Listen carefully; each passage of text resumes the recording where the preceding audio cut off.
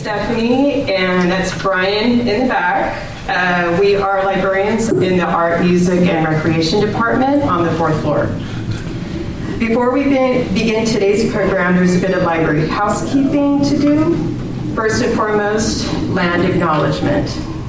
The San Francisco Public Library acknowledges that we occupy the unceded ancestral homeland of the Ramaytush Ohlone peoples, who are the original inhabitants of the San Francisco Peninsula. We recognize that we benefit from living and working on their traditional homeland.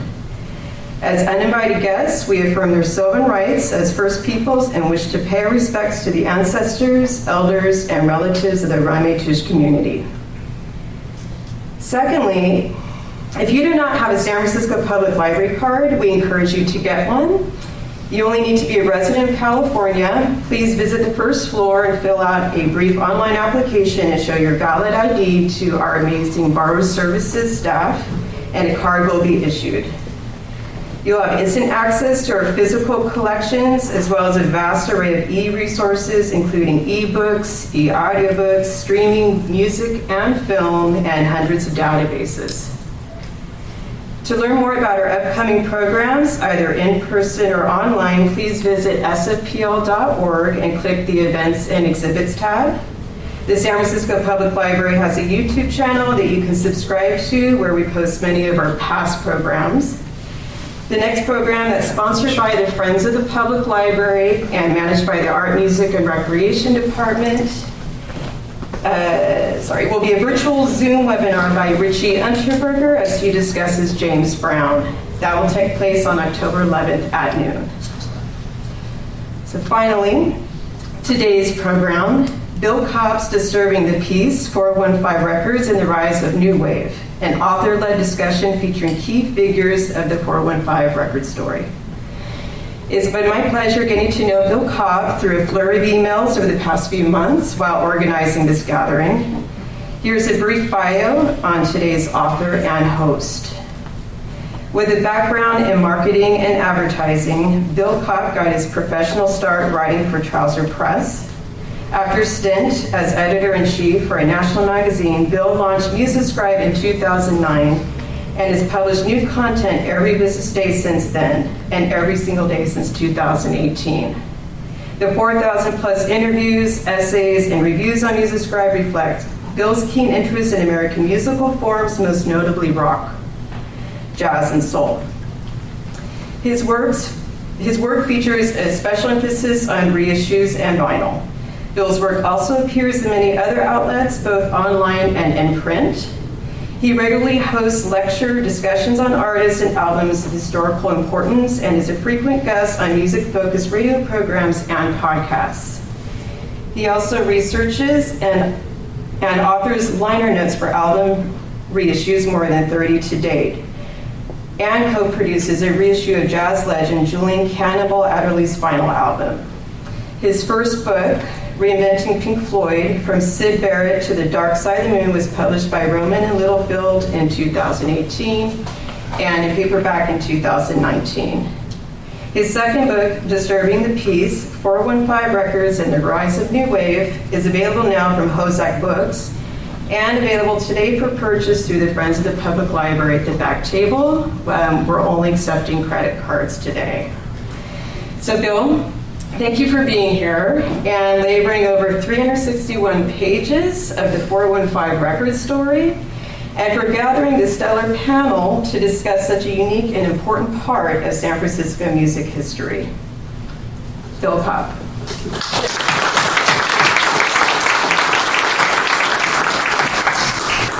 Thank you. This is a rare treat for me. I'm thrilled to be here, and I'm thrilled that all of you are here. Thanks a lot. Got a whole bunch of things we want to cover. So first, I just want to thank Stephanie and my panel, who I'll introduce to you, even though you know who they are more than you know who I am. And I'd also like to extend best wishes from a number of people who wanted to be here today and were not, real quick. Howie Klein, of course, the co-founder of 415 Records. Chris Knab, You're proud.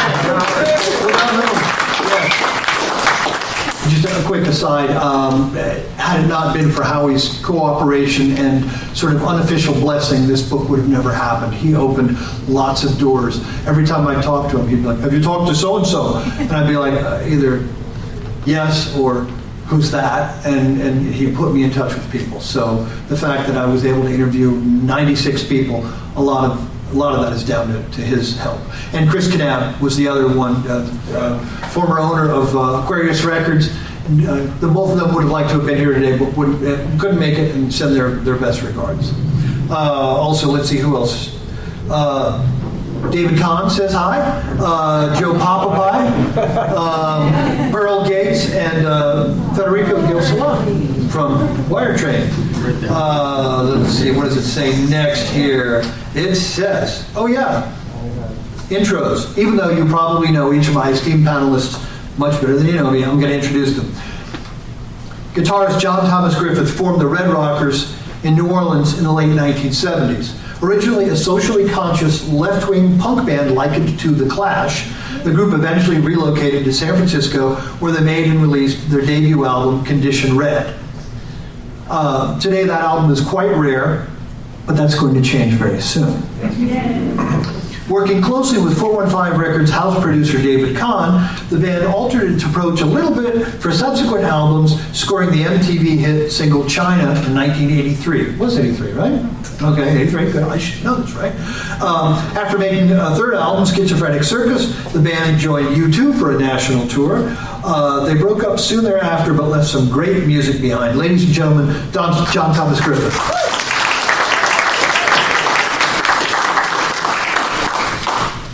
Guitar, this is in alphabetical order, so.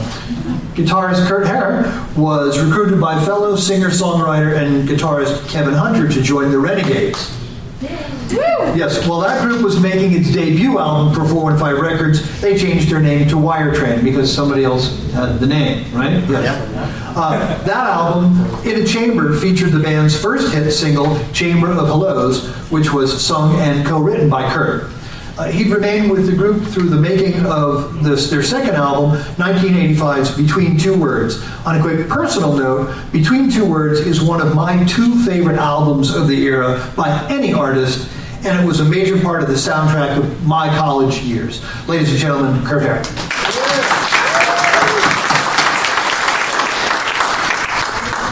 In the late 1970s, drummer Dave Scheff was playing in a Beatles tribute band, Beatle Fever, with guitarist Steve Barton.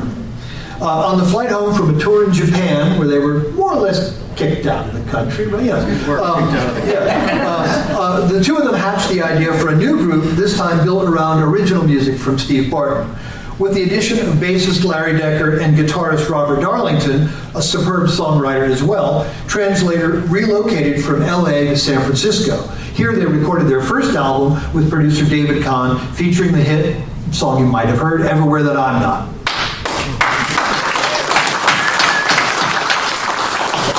They've made 4 albums and an EP for 415 Records, and while I love them all, the last one, 1986's Evening of the Harvest, is the second of those 2 albums I mentioned that are the soundtrack of my college years. Ladies and gentlemen, Dave Scheff.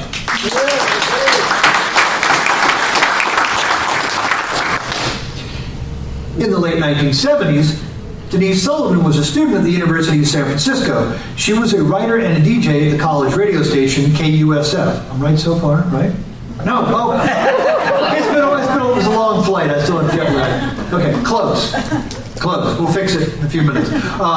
Denise was a mainstay of the punk and new wave scene, and attending shows at North Beach clubs like the Moobray Gardens. By 1985, she was working at the switchboard at Bill Graham Presents when Howie offered her a job as publicist for 415 Records.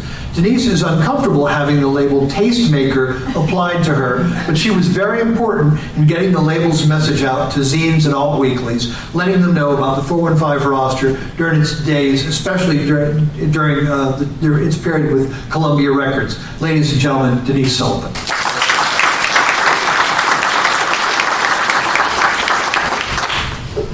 My name's Bill Kopp. As we mentioned, I'm a music journalist based in Asheville, North Carolina. And as I mentioned, I was listening to the music made by Columbia-era 415 Records Act when I was in college at Georgia State University in Atlanta. I also worked in a record store, which helped.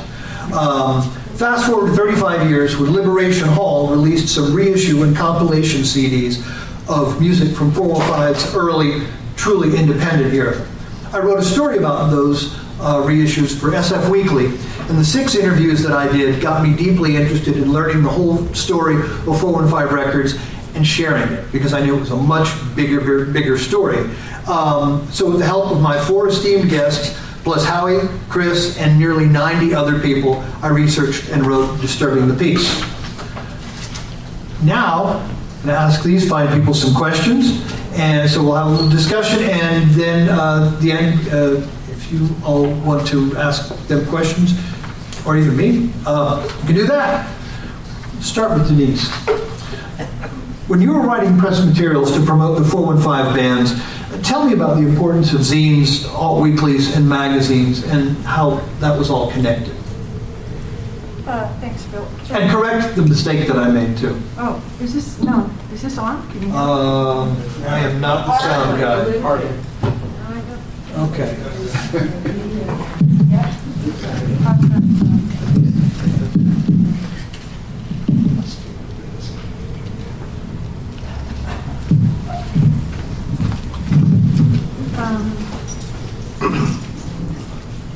Is he?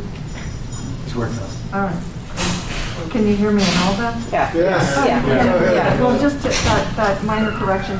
I was still a teenager in the suburbs in the late 70s, so yeah, I didn't have that firsthand late 70s in San Francisco. I wasn't at the University of San Francisco until the early 80s, at which point KUSF came into existence, and that was kind of a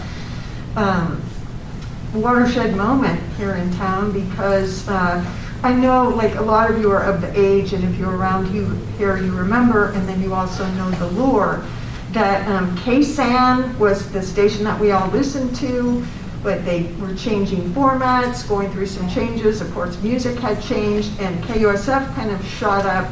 And that's where I first became acquainted with Howie. Actually, I'm way far off track now already. I first became acquainted with Howie when he was doing New Wave dance nights at X's, and then he was also at the place called The City that was above the Palladium, right?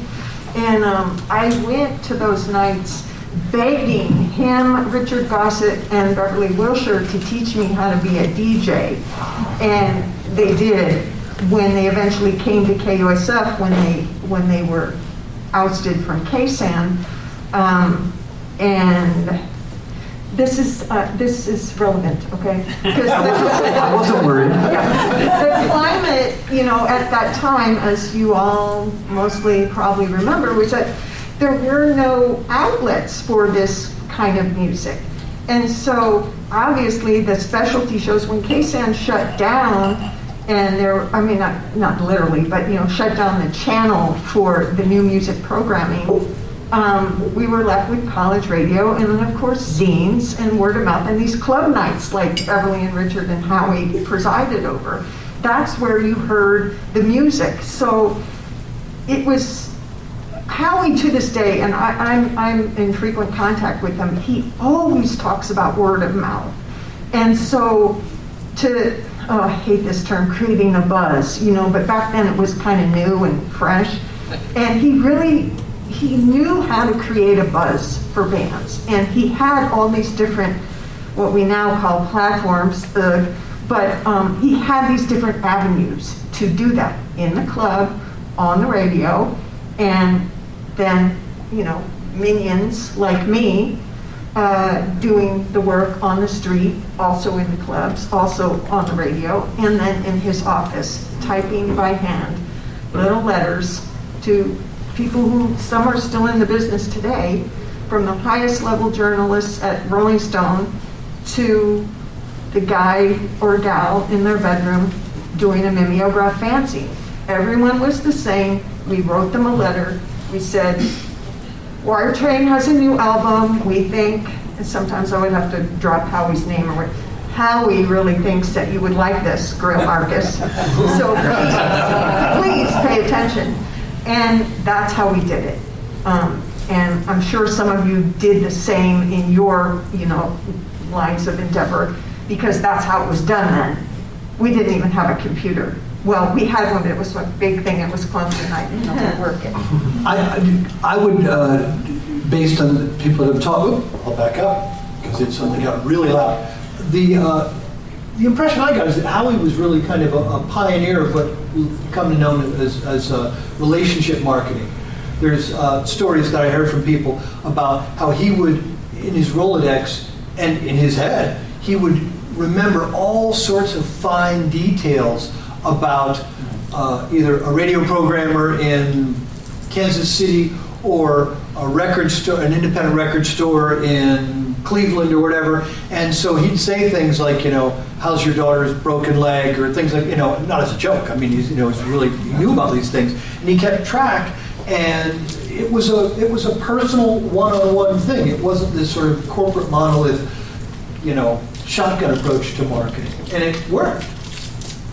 Yeah, and there were people all over the country employing this model, but in a weird way, Howie was the guy who passed it on to a lot of people, because he had.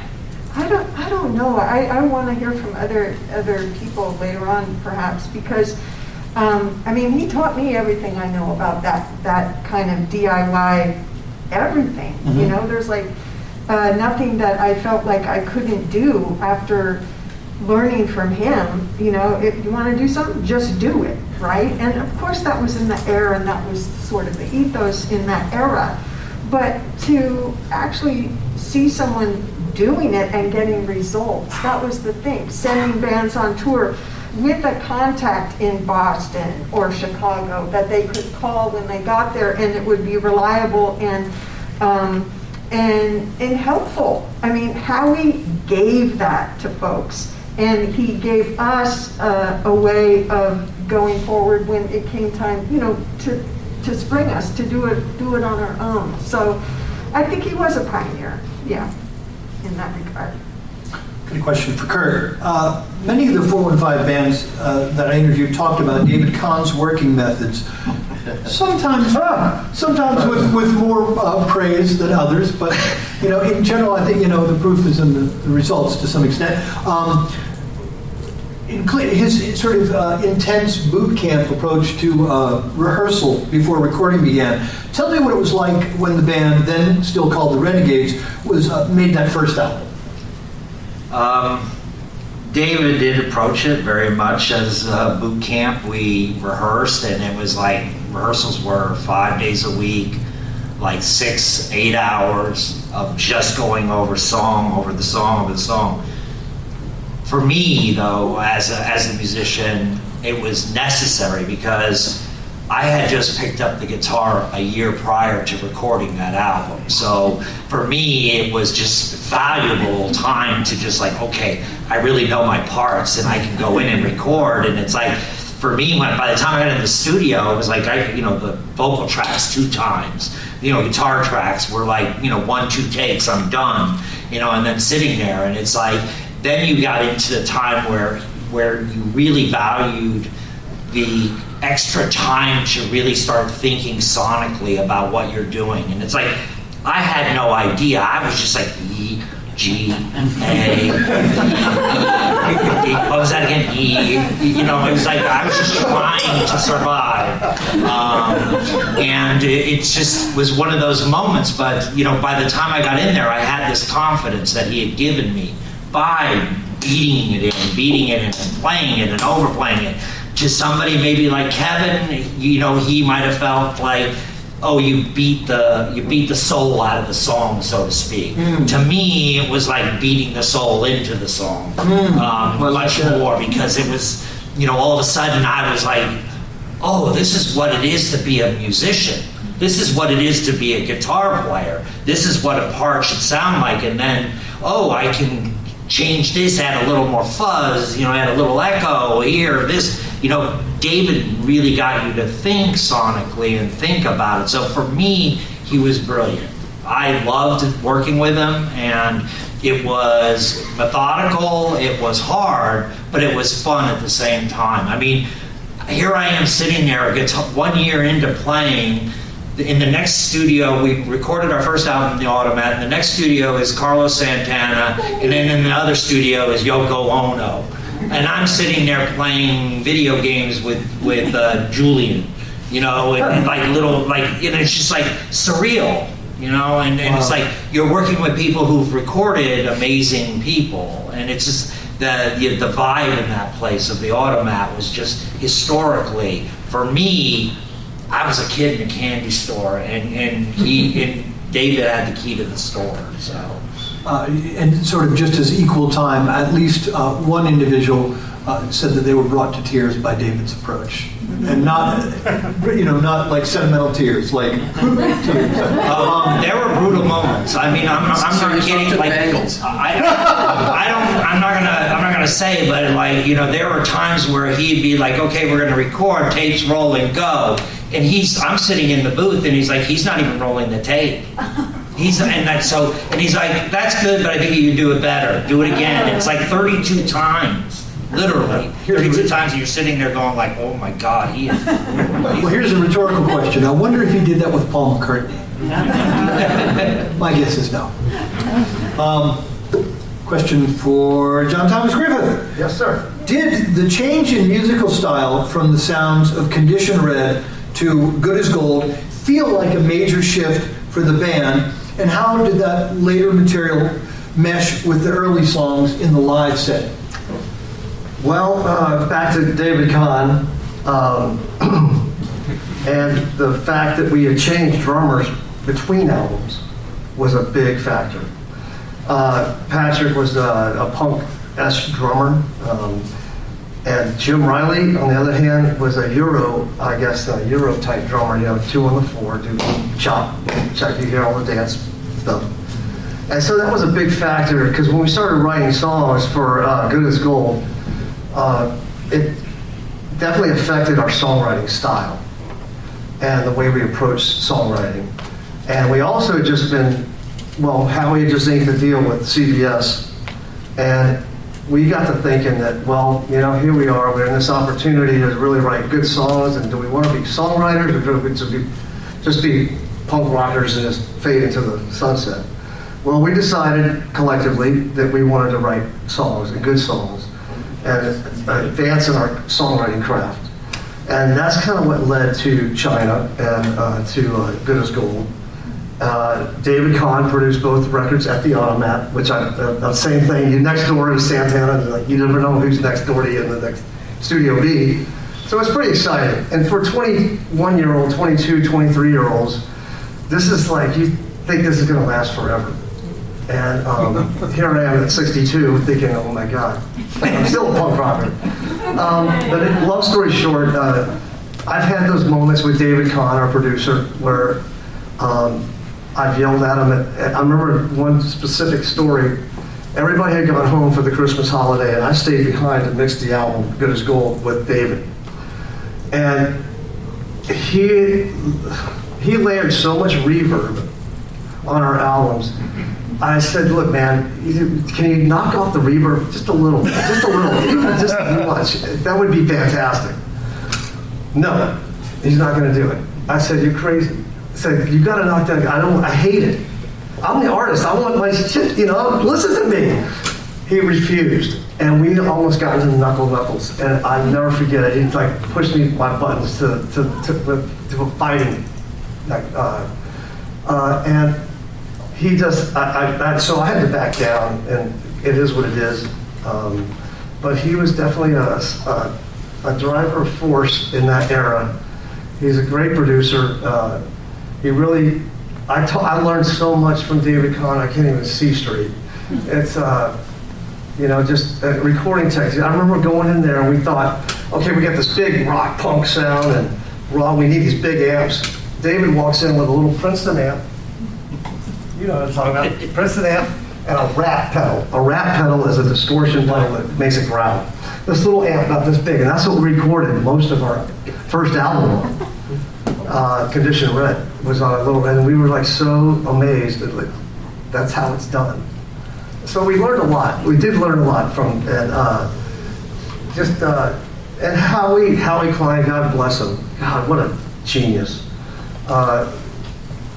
That guy, the first day he saw us, we had a gig at the Mabuhay Gardens. First time I've ever played in San Francisco, I ever stepped foot in San Francisco. And Howie Klein was there, and he came up to us after that show and offered us a record deal on 415. I'll never forget it. And and there's been a lot. I don't talk to Howie much anymore. Darren does, our bass player. But I still think of him as a genius in this industry, the music industry. He's really, like you said, grassroots. It was all, I remember he had this giant map on his office wall. Giant map of the United States of America. I mean, it took up the whole wall. And he had little pens in it everywhere. I mean, there was like 1,000 pens in it. And I looked up and I said, what is that? He goes, oh, that's your perpetual tour map. That's all the places you're going to be playing in the next 2 years. I'm like, holy shit. And we're in a little van. Oh my God, crazy. I said, you're insane, but I'm here. I want to do it. Let's do it. Let's go. So he was a facilitator of a lot of great stuff. Yeah, God bless him. I wish he was here. Yeah, me too. While I'm thinking of it, the visuals, obviously we have my 4 esteemed panelists also. All of the photos that you'll see on the slideshow are from Trudy Fisher, and I thank Trudy so much to a lot of people.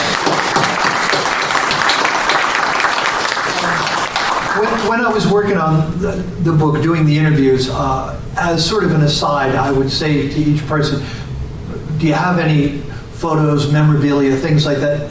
Mainly with an eye, because small publisher, non-existent budget, I knew I was going to have to do most of the marketing myself. So I thought, well, if I can collect a few authorized images, I can use those in the marketing of the book. The publisher that I'm working with, Hozak, which is also a punk record label, they said, let's put a bunch in the book. And so I ended up, a ton of stuff came from 2 sources. One was Trudy, who was kind enough to send a bunch of slides and 8x10 glossies. And this being the pandemic, I had gloves. So I wore the gloves and I scanned them all in there. And then Kareem Kaddah provided, from his personal collection, tons of gig posters.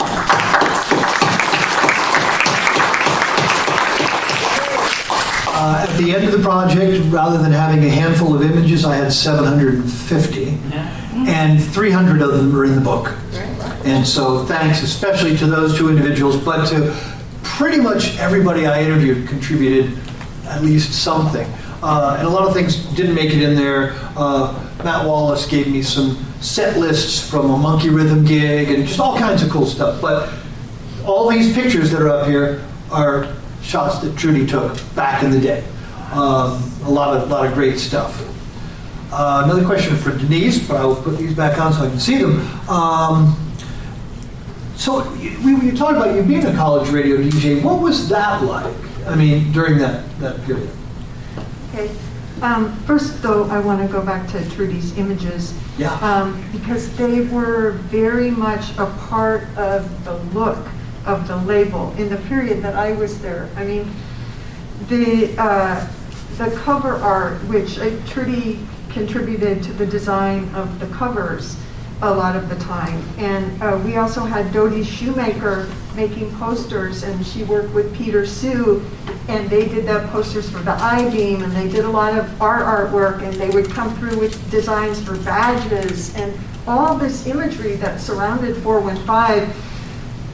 Well, there was a team that is responsible for that, so I'd like them to be acknowledged. Absolutely. And also that Howie worked with them recurrently. It was kind of like they were good working relationships. Maybe Trudy can speak to that more, but it was consistent, and that lent us a kind of through line, with the way that things operated.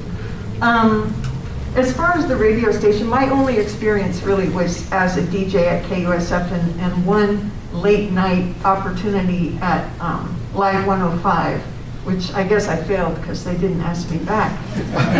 But, you know, I remember that we got demo tapes, and alongside the first demos from the Go-Go's before they had ever recorded an album, and X before they had ever recorded an album, because there was this highway up and down, you know, where the bands from LA would be welcome here and the bands from San Francisco would maybe be welcome down there, but they can speak to that. But we were always keen to play unheard, the so-called unheard music, right? And among those demos that would float in would be the In a Chamber demo, the Everywhere That I'm Not demo. And I think we had some live stuff of Red Rockers that got played on the radio because you hadn't yet recorded, right? So, and Howie was really tuned in to that. So he would ask us what kind of response the record was getting. I mean, he loved those songs, right? I mean, you guys can attest to that. He loved In a Chamber, and he loved Everywhere That I'm Not. And he would, anytime he was on the radio, he would just hammer those songs. And I think that had a lot to do with, you know, the other DJs kind of riding the wave. And, you know, we were just a little college radio station that had 30,000 watts, which is kind of weird, right? But it's like we were playing radio, but it was real, I guess. I mean, Yeah. it's kind of surreal now to look back at it in those terms. But that we were, yeah. I don't know if that helps. He did, like, for us, the interesting thing was, like, you know, when the CBS connection came on, and then you started dealing with the things of, like, well, you know, Michael Jackson's paying your bills, and, you know, you deal with all that, you know, there's like this, you're the second-class citizen being from 415 or whatever. Howie never took any of that and let it be. So for us, he took our, you know, Chamber of Hellos, and he went to the Netherlands, and he got the Netherlands to print, you know, Chamber of Hellos EP and put that out, so that before that, even knowing that we were going to go on tour, he had already found a way, okay, look, CBS is dragging their feet on when they're going to release this album. So I'm just going to go to the Netherlands, have them do an EP print. So our first record was actually from the Netherlands. And so that's the kind of thinking that Howie had, was like, I'm not going to wait for the mothership to tell me what to do or how to treat my bands. I love my bands. I love the music that they produce. I'm going to get it on the radio however I can. And in our case, that's what he did. He went and got this EP released, and it paved the way for us, because everywhere we went, before the album even came out, everybody knew Chamber of Hellos. So it was like you were already known, and without that kind of thinking and without that kind of support, we would have been out on tour just flat dead, because we had no reason to be there. Promoting anything, right? Yeah. It's just those kind of things that he did, you know, made him, you know, brilliant. And it's like he just made you feel good about what you're doing and the music you play. Yeah, he played the Everywhere That I'm Not demo, which is actually what's on the album, is the demo. Right. And it was a hit before, a hit, at least local hit, before anything ever happened. Speaking of which, Yes. tell me about the first time that you, because this is sort of an iconic thing for so many artists. Tell me about the first time that you heard Everywhere That I'm Not on the radio. I know the story you're looking for, and I'll tell it. Okay. The first time we heard it, I'm sure it was either Denise or Howie playing it, and we were all together at Larry's girlfriend Robin's flat in the Castro, where we all lived. And it came on the radio, and of course it blew our minds, which it was just amazing. We were jumping around the room like you would imagine. But what you're asking about is, we were in Los Angeles. Oh, that one. The record had come out, and we were in Los Angeles, and we were told it was going to be on K-Rock. K-Rock? Yeah, K-Rock. And the band was together, driving down Beverly in some rental car on our way. I think it's either to do some kind of in-store Or maybe we were going to that surplus store that sold black t-shirts really cheap. Because you could get like 2 dozen t-shirts for $20. I was like, yes, because we didn't have any money. And the riches from everywhere that I'm not were yet to come. And we're driving down Beverly, and it came on the radio, and we're all really excited, and we pull up to a red light, and the car next to us, there's this girl, young woman, in a Beetle, VW Beetle, and she's singing. Yes!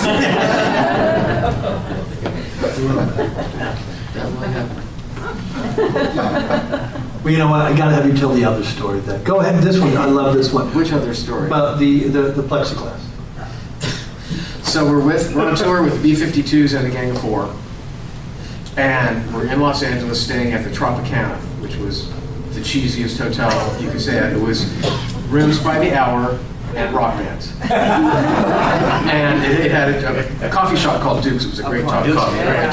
Date shakes, right? It's great date shake. So we're in line, and everybody's checking in. We were last, of course. It was by order of seniority. It was B-52s, Gang of Four, then us. And we get there, and there's this marked up plexiglass divider, and the woman behind the counter with the chain smoking like Marlboros or whatever with a beehive, and she's probably 70 years old, which used to seem old. Now it's just anyway, and she looks up at us and goes, "And what little band are you?" Oh, okay, we're ready to check into the Rooms by the Hour hotel now. I love that. I love that. Let's see. Okay. So, Denise, the bands that released music on 415 were a very diverse lot. I don't know that anybody would really argue that there was a trademark 415 sound. Some might argue. I'm probably find somebody. But what do you think were the unifying elements among them, the things that were uniquely 415 or at least unique to the Bay Area? And again, we're probably looking mostly at the period when you were working for them, but even prior to that, because I know you were a fan of Pearl Harbor and the Explosions, for example. Yeah, well, I'm going to let the musicians speak to that, but before I do, I just want to say one band name, Romeo Void. Yes, thank you. To me, they kind of defined what San Francisco and the sound was all about in that era, at least kind of like the high water era, that we're talking about at 415. I mean, they were so unique, they're just so different. And that is what I think of when I think of San Francisco music from that period, the Art Institute influence, having the saxophone, and then Deborah. I mean, come on. It was just like, this is quintessential San Francisco 80s stuff. So, there's no through line there, there's no comparison, because Translator, totally different, and Wire Train and Red Rockers, and then we could get into the Uptones and Monkey Rhythm. It's all, eclectic, can't stand that word, but, so I can't really rightfully answer that question, except to say that, One of the common themes is David Kahn. I'll say that. It's one of the common threads. And then Howie, I remember we were going to do a B-side of China, and it was Ball of Confusion. And he had hooked us up with Deborah, and she sang the female lead on that song with me. And it was great that Howie had this ideas of his own record label band or musicians to join together with each other and do stuff together and do whatever you call it, collaborations or whatever on the records and stuff. So he brought Deborah in with us, and we sang Ball of Confusion, the old, I guess, Temptation, yeah, song. So. Anyway, that was great. That was some of the common threads that was running through all the bands that I can remember at that time, even Aftermath and Romeo Void. So yeah. The thing I found unique was San Francisco's music scene wasn't big enough. Like, having moved here from New York, New York was very distinct in its scene. You know, CBGBs was CBGBs. You know, the different clubs and the different things going on created a very walled-off group of sound. My friends were all like, you know, world beat bands. The musicians, we intermingled with Art Institute, with world beat music. The scene wasn't big enough. Like, you know, we'd go see, you know, Million Dead Cops, and at the same time seeing like a Gang of Four or whatever. It's like, the scene wasn't big enough to hold like these walled out sounds. So you got this kind of melding of like beat, whatever you want with that sax, that beautiful thing that Romeo Void had going on. But then you'd find some other band like the Brown Fellinis or whatever their predates, you know, being this kind of very rhythmic band and such, and then Consolidated and, you know, very kind of dance-oriented, industrial, harsh, but we all kind of knew each other, and we were all friends with each other, and we all went to each other's shows and things like that, and we didn't sit there and judge it on any level. So I think that was the beauty of the San Francisco scene, was that the musicianship was really kind of blended, and we all gained from each other. So, you know, I've heard the term psychedelic for us, psychedelia, like kind of bringing the old San Francisco psychedelia sound up. Whatever that is, I don't know, but if it permeated what I did, great. But the reality is we just were a group of musicians, people playing and having a great time and really enjoying each other's company and really supporting each other. And that's where you got this kind of diverse nature of sound. Well, that's why we moved here. Beautiful. That's why we moved here. Larry was from up here, and we were in LA, where Steve and I were from. And I remember we were at Falcon Rehearsal Studios, and you walk by one studio and a band sounded just like the Talking Heads. And the next one would be a guy that sang just like Elvis Costello. And like they were all trying to get the record deal by sounding like something that already existed. And then the next room we walked by, they were having an argument. This band, unsigned, young band, having an argument about who was gonna, I wrote the chorus, I get songwriter credit, and I get part of it, I get money. They're like, well, there isn't anything. And Larry said, why don't we just move to San Francisco? We can do whatever we want. Because we were weird. We weren't getting over in LA. We would play one song that was one chord for 10 minutes, dirgy, big, distorted thing. And then we'd go into a pop song. And we were in the middle of that song, we would break into Never My Love for 2 bars and then go back to, the LA didn't like that. We thought, Larry said, we can get away with anything in San Francisco. And we kind of did. We played at the Knab, and the very first night, while we were setting up, people were yelling, cut your hair, because we all kind of had that.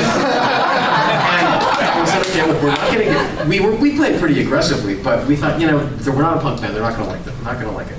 Why don't, and they're not going to like it intrinsically, when they hear us, they might.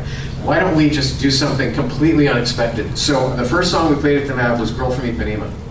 Not ironically. Quite like we were playing at a wedding, because Steve and I played at weddings and parties. And at first there was like this kind of stunned silence, and then the mosh pit started dancing. Big, exaggerated couples dancing, and we totally had them. And then we did, Necessary Spinning, and When I'm With You, and Nothing Is Saving Me, and Everywhere That I'm Not. It was like, we love you guys, and that's how we started. So we came here for that, for exactly what you're talking about. I mean, you also saw it like Frank Zincavage did from Romeo Void. Actually did the artwork for our first album, and it's like that. Those relationships are how things happen. They just, you didn't know where the partnerships were going to come from, but it's like weird. Okay, Romeo Void, the 2 guys from there made our, did the cover art, and so it's just these relationships that you have, and then the bonds that you build as a band. You don't understand them. You don't think about them or creating them. They happen. And that's just what makes things great. It's all these stories within stories. The fabric that's weaved is just, it's amazing when you look at it in hindsight. The other thing I think that you all 3 mentioned, and I didn't think, but this is the tie that binds, is dancing. because it was really important to us back then. And I don't know if it was important because we were young or it was just like an 80s thing and, you know, it comes and goes. But that 12-inch, you know, the B-side that you did with the war, and then you're talking about all the different rhythms and kids dancing to Girl from Ipanema. I mean, the new music dance night was a thing at the clubs. Before we started talking, I was talking to David about our friend Alan Robinson, who kind of pioneered the new music night.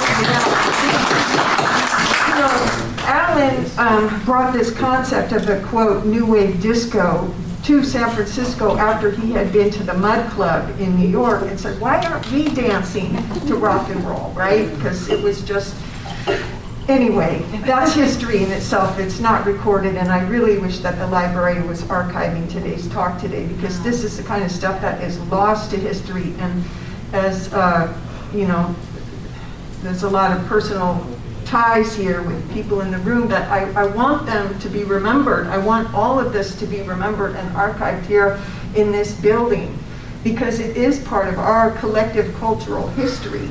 And so I'm really glad that we're here together today, and I'm really glad that you wrote the book, Bill, and I know that Howie is too, because he told me. Means a lot. Thank you. Yeah, it's a really, you know, accurate reflection, I think, of what it was like. So.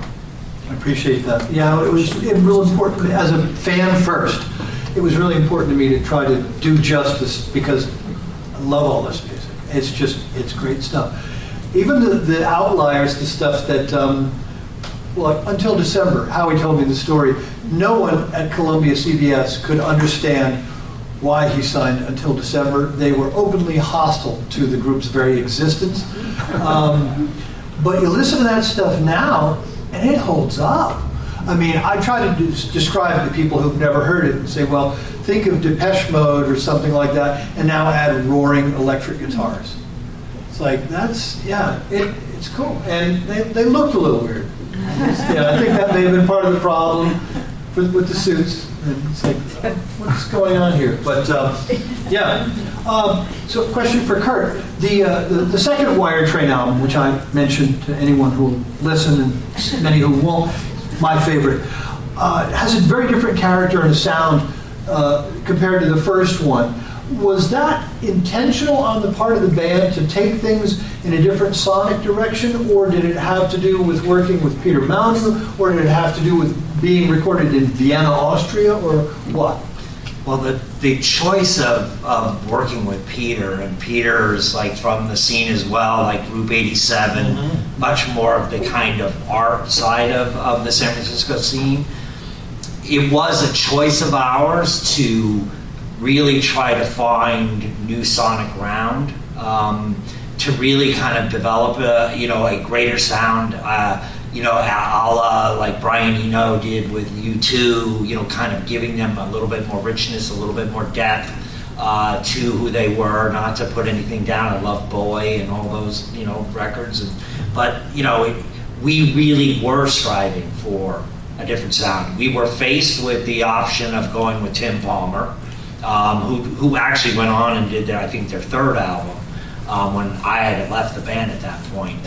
But Peter was a choice, particularly Brian played with him, and Brian McLeod became the drummer of Wire Train. Austria was just a choice that Peter was married to an Austrian, and it was an economic thing. For the amount of money, the same amount of money for the Automat recording, we could go there and get twice our dollar. The dollar was doing great at the time. We went and recorded in an old church. Those stories, it was literally like an old basement of a church. Part was left. It was amazingly beautiful. Being in Austria was crazy. It created its own tensions and everything. But yeah, we really, sonically drove things. There are aspects of it where Peter technically is an excellent musician. For me, there are sometimes the things are almost too perfect.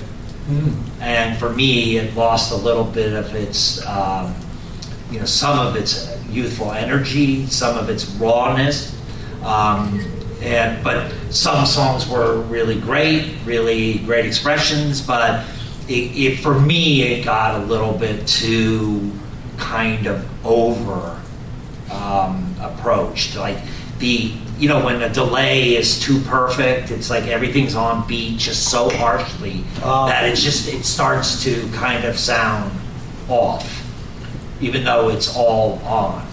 Well, one of the things is that the first album to me, and this is very much in line with, as you've described, the way that it was made, it sounds to me like what the band sounded like. If I had gone to see a show, I would have expected to sound almost exactly the same. That sounded like a document of the band, sort of like the first Beatles album. It was made, this is where you're doing your set.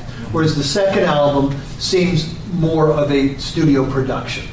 It was more produced in the sense it was more put together in like building a house. It's like you put your studs up. It was much more constructed in that way, but it still had the foundational sounds of like the guitar parts. At least all mine are all me, and they're all sounds that I strived for. Mm-hmm. And largely, I had become friends with like The Edge at that time by then. And, just having conversations with these other great guitarists of like doing things. Even like, we played a show with Fred when he was in King Crimson and stuff like that. And sitting down and talking about Frippatronics and things like that. So where you're really starting to, like, for me as a musician, I was becoming a musician. I was finally understanding beyond. The first album was, damn, just if I can play the songs, I'm good. Right. The second album was more. I needed more from my performance than just performing a song. Got a question for John, and it says here, what kind of interaction and support did the group have with Columbia people beyond Howie and the people at 415? We had What a was that lot. like? We had good support. When we came back to town to New Orleans from San Francisco, we had a group of friends that they made commercials, local commercials around town, at a production company. An offer that came to us that said on spec that we would be willing to do a video for the song China. Now, Columbia at this point had not made a big decision to promote it or anything, so we went ahead and we did the video in the French Quarter, and we brought it up to Al Teller's office, and we met with Al at Columbia in New York City, and we previewed the video, and immediately he said, "This is a hit." I mean, without me missing a beat. I mean, the first thing out of his mouth, "This is a hit. Let's get it on. Let's start putting the money down and making it happen out in the field." And all the guys out in A&R and radio promotion got it going. And then he, because we knew that MTV had just started that year. I mean, it was still fresh. So this is our perfect way to get it. And he knew, and how we trusted Al Teller and those guys. And they all went to bat, and they went to, way beyond the extremes to get us on MTV, and we were played 5 times a day. 5 times a day for like 2 years. I mean, it was incredible. They knew what they were doing. They had their hand on the controls. It was really good. Yeah, good support. And all great. All the A&R guys are good. Too bad they're not there anymore because they were really nice people. Yeah, it's just so corporate now. I don't think it was that. I mean, it was corporate then, but now it's really at the bottom line. It's what counts. It doesn't really matter about what the music is. That's why you need more people like 415 Records, that are willing to take the dive, take the chance. At this point, I've got some more questions for them, but at this point, we can throw it open to you if you've got a couple of questions, and then we'll pivot back to that. Does anybody? Yes. Just what you said right now about more 415 records, more KUSFs. Yes, really we need more of those too. Yes, they're slowly going away, but more radio. I agree. Can't agree more. You know, college isn't even the same as it used to be, as far as I'm concerned. Yeah. We used to, you know, in New Orleans, we had this really great radio station at Tulane University, WTUL, and this guy on Tuesday nights, this is how I got into it. Tuesday nights had a show from 7 to 10. It was all punk stuff, imports from Europe, New York, Ramones, Blonde, you name it. And if it hadn't been for that, I don't think I'd be sitting here right now, to be honest with you. Because that was when I'd go over to my best friend James's house, who I started the Rockers with. And we would, Tuesday nights, we would sit there and smoke weed and just listen to TUL at Tulane University. And it was just, we were just like, hey man, we can do this. You know, we listened to Johnny Thunder's song or something like that, you know, or New York Dolls. God, man, as long as you can do that Chuck Berry thing, we're in. We can do this. Yeah. So, Thanks for bringing up Johnny Thunders. Yeah. Good. Yeah. No, he played one of my guitars. Did he? Oh, really? Yeah, Les Paul Jr. Yeah. Was Monday night new music at the I-Beam, how important was that? Let me repeat the question just so, what I'll do is I'll repeat the question so everybody can hear. What was Monday night music at the I-Beam? That was all the groups you heard on the radio but had never seen before. All the punk and new wave groups. There was that. I think, I mean, I'll let the band speak to it, but if they could get the opening slot with whoever was coming, Susie and the Banshees or whatever, that was a real coup, right? But more importantly, for me, just as a person on the scene, it was where we all went on Monday. So you just went there on Monday because you knew you would see your friends and you would have a great time. And it would actually extend after the club closed and usually go all night. So Tuesday was a wash. Yeah, I mean, I think it can't be said enough. It was the place where we all went. It was the place we as musicians could actually just be ourselves, and you know, there was no pretentiousness about it. And you know, you saw, I mean, I can't even count the amount of great shows I saw, you know, there. It was just such a vital part of the scene, part of it. Not just even the music, it was just the place where we all went and we all hung out, we all talked, and you know, we all became friends and we all bonded. And then, you know, to Denise's point, then we stayed. I mean, I can't think of how many times I ended up at somebody else's house or at my own house with the band, partying until like, you know, 6 o'clock the next day or something, until they had to leave. So it was just a critical part of the, you know, basically the glue of the scene. Well, and the scene was how many clubs every night packed with people with cheap beer and live bands. I mean, you could.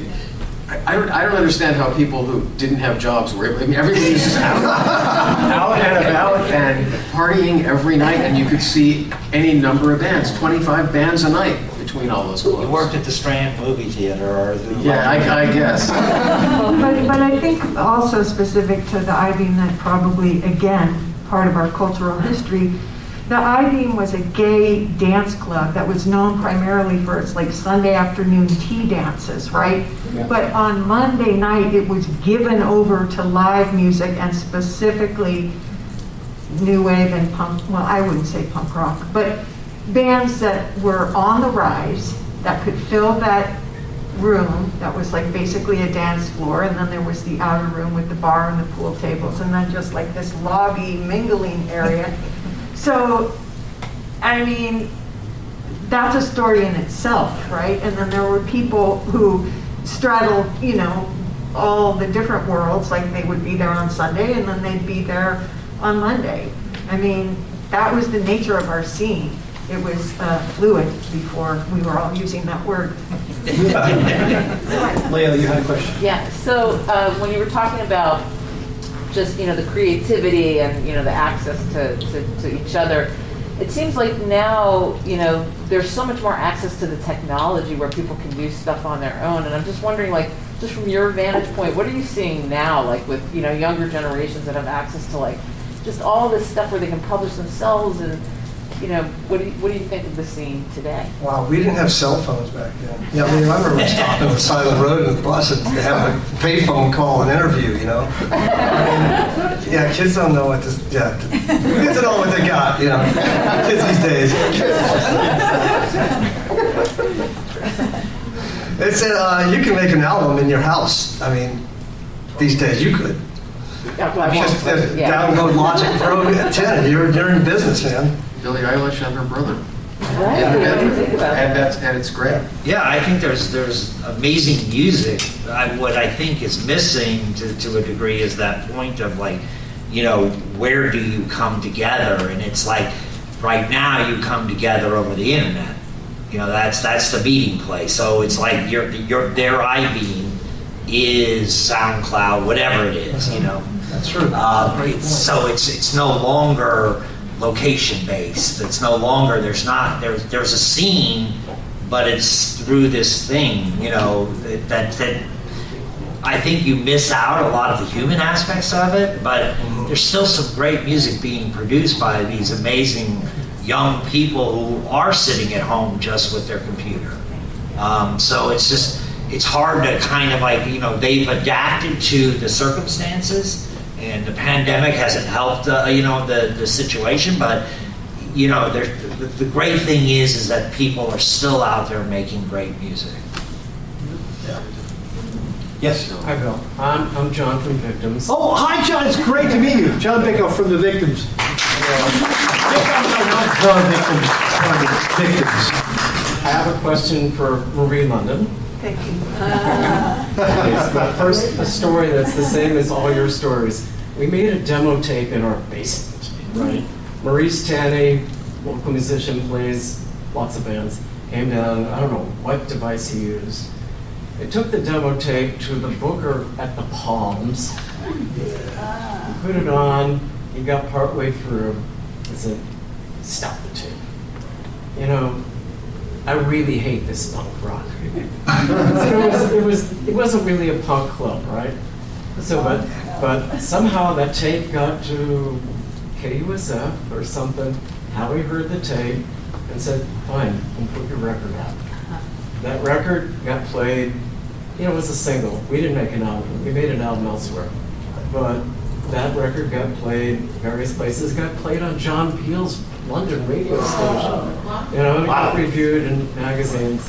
But my personal story was, I'm driving my, what car? I had a really bad station wagon. I'm driving this car and I'm listening to an AM radio station. There was an AM radio station in the Bay Area called KTIM out of San Rafael, and they would play hard rock, unlike the others. They didn't play Journey, they played AC/DC. All of a sudden, I go, that's my band. And I'm driving. And what do you think I did? I pull over and sat down and said, you guys can relate. There's nothing like hearing your song on the radio. Oh, yeah? Small station, KUSF, KELX, you know, KRQ, any of them. But my question for Denise is actually, in the book, Howie said, I went to the worst record label I could go to. And then there's a whole litany of other missteps and your bands, right? Things that just didn't go quite right. But on the larger level, you compare 415 to, say, Discord, like Fugazi's label. They're still around. They started in 1980. They sold lots of units, but what is a measure of success? Thank you. Great question. I can tell you. Any one of you. It was, you know, I'm in a band now called Cowboy Mouth. And I saw you in New Orleans. Thank you. And the band's been together 32 years. That's our 32nd years. I was in Red Rockers till 1988, and I started a solo career, which I put out one solo album from 88 to when I joined Cowboy Mouth. And the fact that I'm still sitting here playing live music, that's my bar right there. And this is a business legacy of 415. There's so many things that we read and go, well, why didn't this happen? Why did this? But the book came out. all of us still play music, and we're still involved in it. We didn't let go, and partly it's because of the enthusiasm of Howie, right? Or in Discord, Ian MacKay's enthusiasm. But you know, what is it about a label like that qualifies success? It's interesting for me. I've had these moments where, like, I remember I was at AC/DC in Madison Square Garden, and I was in the booth, and Paul Stanley walks in, and a friend of mine just today sent me a picture of us when we were kids, and I'm Halloween, and I'm Ace Frehley, you know. So it's just the odd thing. So the story comes back up into my mind. And it's like, I haven't played in a long time, Wire Train, you know, that was many, many years ago.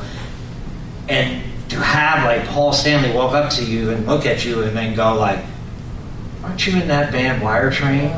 You know, it's like these weird moments, and it wasn't just Paul Stanley, like AC/DC did it after the show. You know, it's just these little things that you at the time don't realize that you've touched a lot of people and its significance. And it's just these great moments where, you know, a song, you know, Chamber of Horrors being used for a movie or something. It's just like little things come up that just keep reminding you of what you did.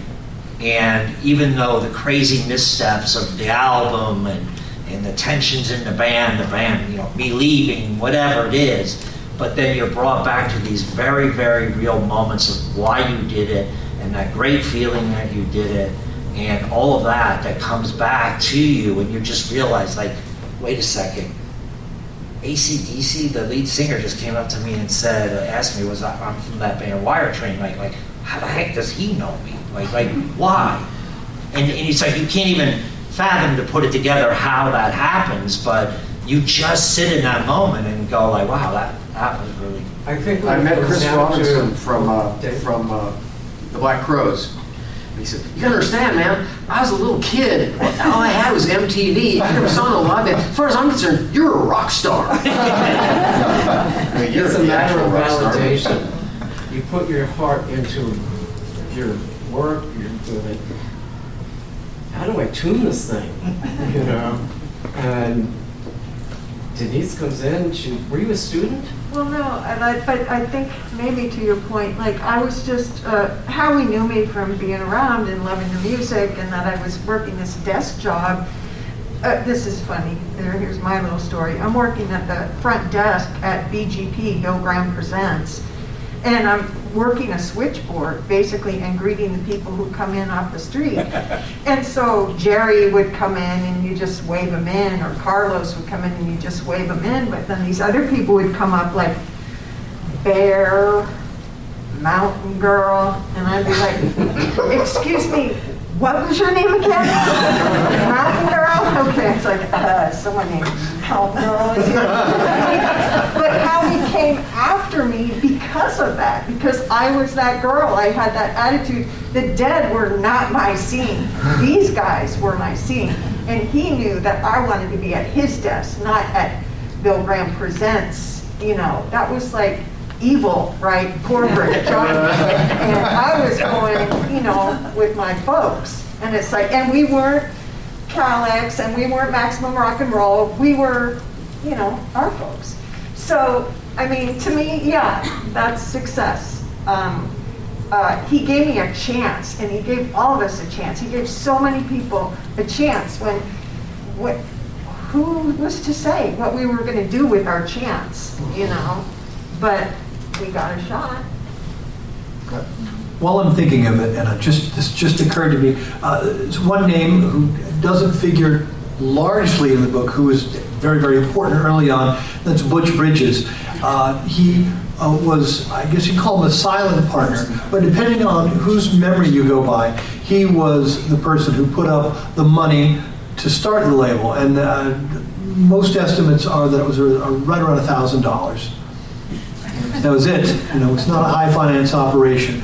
But you know, Howie and Chris were the guys who ran things in the early days and got the label going. But Butch Bridges deserves mention as well, because he was the guy who took his wallet out. Neither one of them had a drum. So does Queenie Taylor, who was Yes. acting as Absolutely.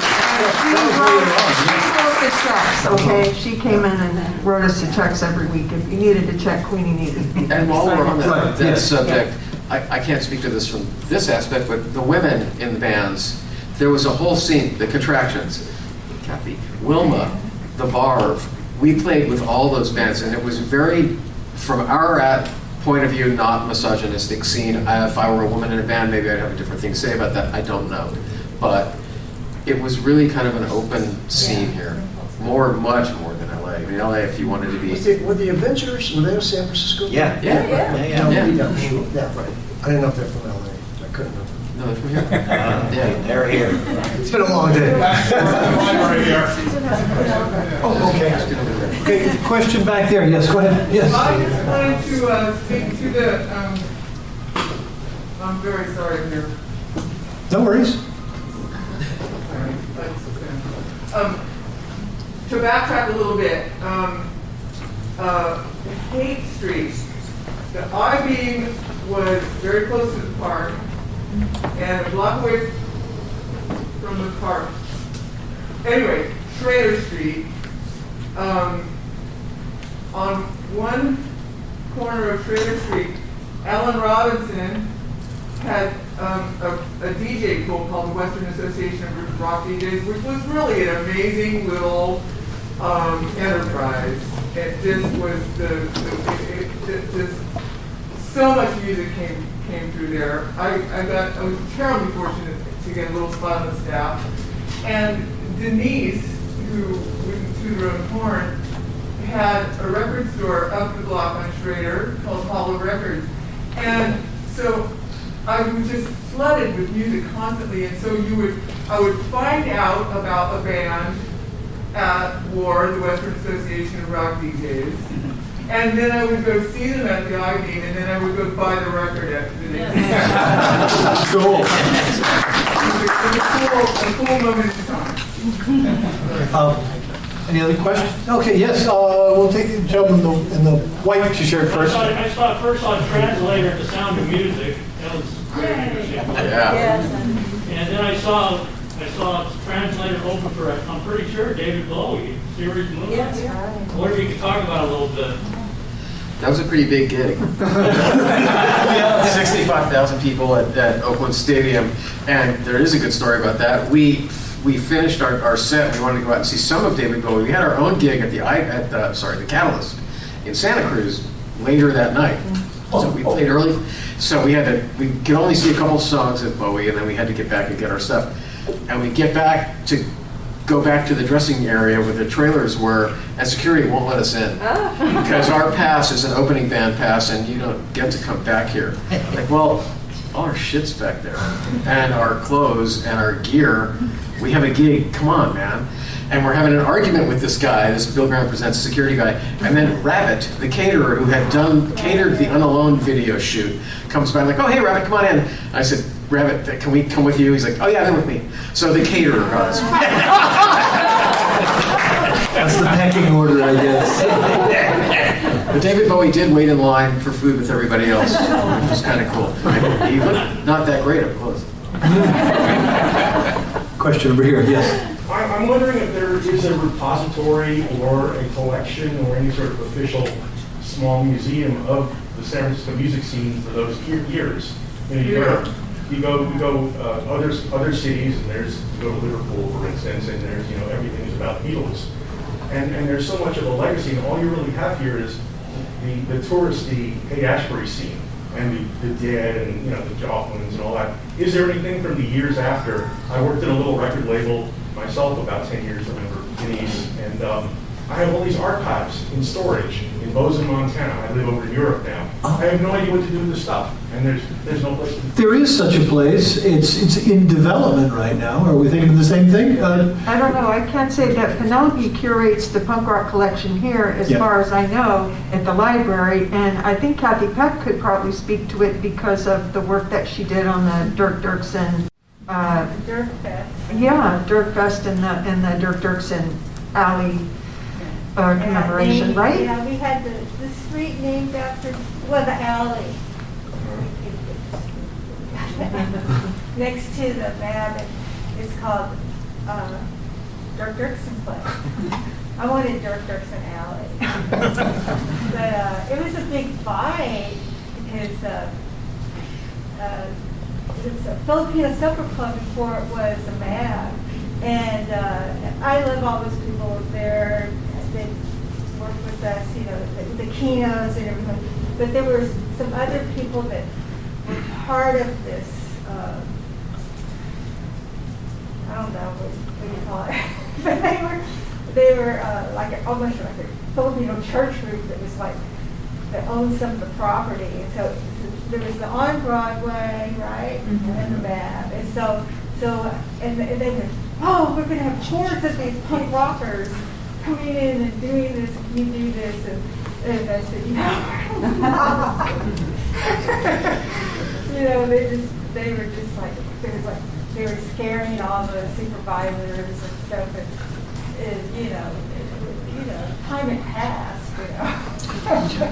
There are some. But we got a historic plaque, and it said, "Shut up, you animals." And talked about and there are some digital archives, and I definitely have a note to myself to mention this. Terry Hammer, whose name you might know, recorded a whole lot of shows in high quality at places like the MAB and other places. He recently licensed a bunch of those recordings to Liberation Hall, the label that has done some of the 415 reissues. And there have been a few that come out already, and there are a number more that are coming out by, let's see, do I put here, the Offs, the Imposters, Times 5, and Sudden Fun, who are all bands who were at one time or another on 415. And also Keith Bollinger, who ran a reissue label in the early noughties, I guess we call them. He has high quality recordings of all of the Outcast radio broadcasts with Howie and Chris, and he has uploaded all of those to the Internet Archive.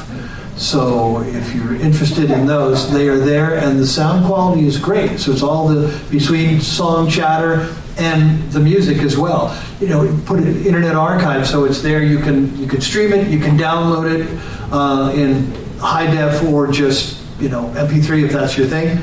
So that's really cool. Also, it says here, I wanted to mention briefly about some other reissue type things that are either out or in the works. Red Rocker's Condition Red, which has been out of print for 11 billion years now, I think. Yeah. It's one of 2 or 3 of the rarest 415 items, or from the LPs anyway. It'll be out soon with some bonus material on it, reissued. You may or may not know that there is a 2 LP set from SDT called Always Comes Back, which has their early singles that they released independently. It has the material they did for 415, and it has the material they did for that other label a little bit afterwards, and a couple unreleased tracks from when they were the Jack Cassidy Band. So that is out. There's also a DVD which has some live footage on it, live on stage and live in the studio. It's called The Price of Sex. I got their title from one of their songs. The Mutants have a new album, archival one called Curse of the Easily Amused. And art punk doesn't get much better or more compelling than the Mutants, from my perspective. Let's see, the Units have most of their stuff available in digital format. And let's see, that's most of the ones that I've probably forgotten something important, but there's those. Okay, but yes, question. It's really just a comment, but I was going to say I wanted to speak to the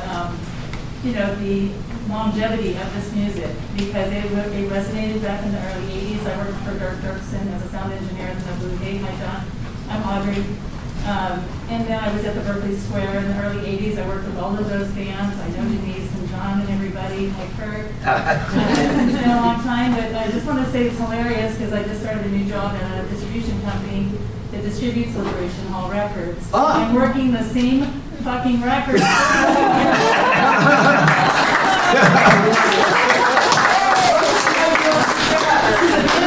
They're good then, they're still good now, and I'm really excited that new people get to discover this because it was very underknown outside of our little zone here in maybe LA and New York and places overhead, but maybe more people will get a clue. And they love vinyl, so do colored vinyl.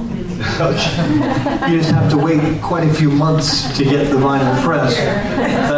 That's the thing. We've still got a couple minutes left. Any other questions or comments or any sort of things? Okay, well, we'll come back up to here. Who wants to tell a great road story? Or a terrible road story? Come on, I know you got it. I'm afraid to tell this one story, but there was a band in town called the B Team. Yeah, oh yeah. And there was this thing that was commonly known as like when you check out of your apartment, you're getting out and moving to a new place, that you have a party on the last day you're there and everybody comes in and what happens, happens. Yeah. So I'm sitting there and I'm standing in this hallway drinking a beer with Kevin Hunter. And he and I had become really close and we good friends. And we were partying all the time and hanging out together. So we're in this hallway and this infamous celebrity named Ginger Coyote walks in the front door, and Kevin doesn't miss a beat. And he goes, "Hey, Ginger, who's your surgeon? Sorry, I don't need." And she cocks back and hits him so hard, I could feel the wind of her fist going by and hit Kevin. I was like, "Why did you say that? What is wrong with you, man?" I wish I could say that was the only time something like that happened. I was going to say that. How many days are hanging out with you? I've seen a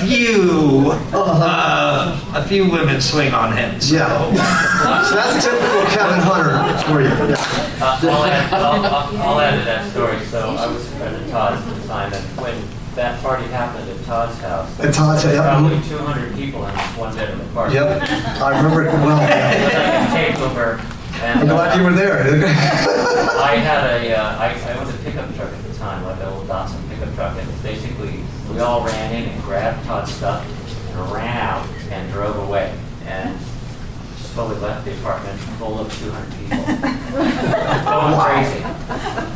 So, Yeah, it happened a lot back in the day. that's what went down. I think one of my favorites was I remember playing Minneapolis, and we got off, and it was a good show. The audience was good, everything like that. And this guy starts. I'm now walking out in the club, and this guy starts walking towards me, and he's huge. And he's like, I'm like sitting there when I move to the right, he moves to the right, I move to the left, he moves to the left, and all of a sudden he stops in front of me and he just goes, "What's up?" And I'm like, I don't know. And he just does this thing where he just slides to the right, and there's Prince. And everything they say about Prince, the jokes and everything like that, you're sitting there going like, "Oh my God, he's gorgeous." I'm starting to feel strange. Like, it's just not right. And he's petite and everything. You're just sitting there and he's talking to me. And I'm just sitting there like, "Oh, you're beautiful. You're like a doll." It's like, and it was just this moment. It was like hilarious. But it was just, he was really kind, and he praised the band and said really good things, and then gave me the hint to a party later on, and I will not talk about that party, but it was everything you would imagine of Prince at that time. Can't top that. Wow. I've been very gently informed before we started that we do have to stick to our time format. So I'm just going to wrap up by saying thank you all for coming, and thank you to everyone who I interviewed for the book. It was a privilege and honor to be able to write it, and it's the idea that I've been able to come out here and meet some of my musical heroes is just really, really cool. I'm not gonna cry. I'm really not. But anyway, it's great. I had so much fun writing the book, and thanks to these people. And I just want to say thank you, Bill, because in response to the repository question, I think this is a good start. Yeah. You've collected a lot of great stuff. And I think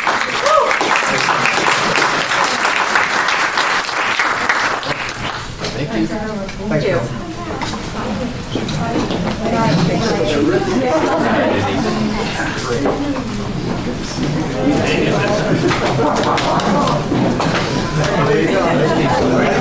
Oh, I see.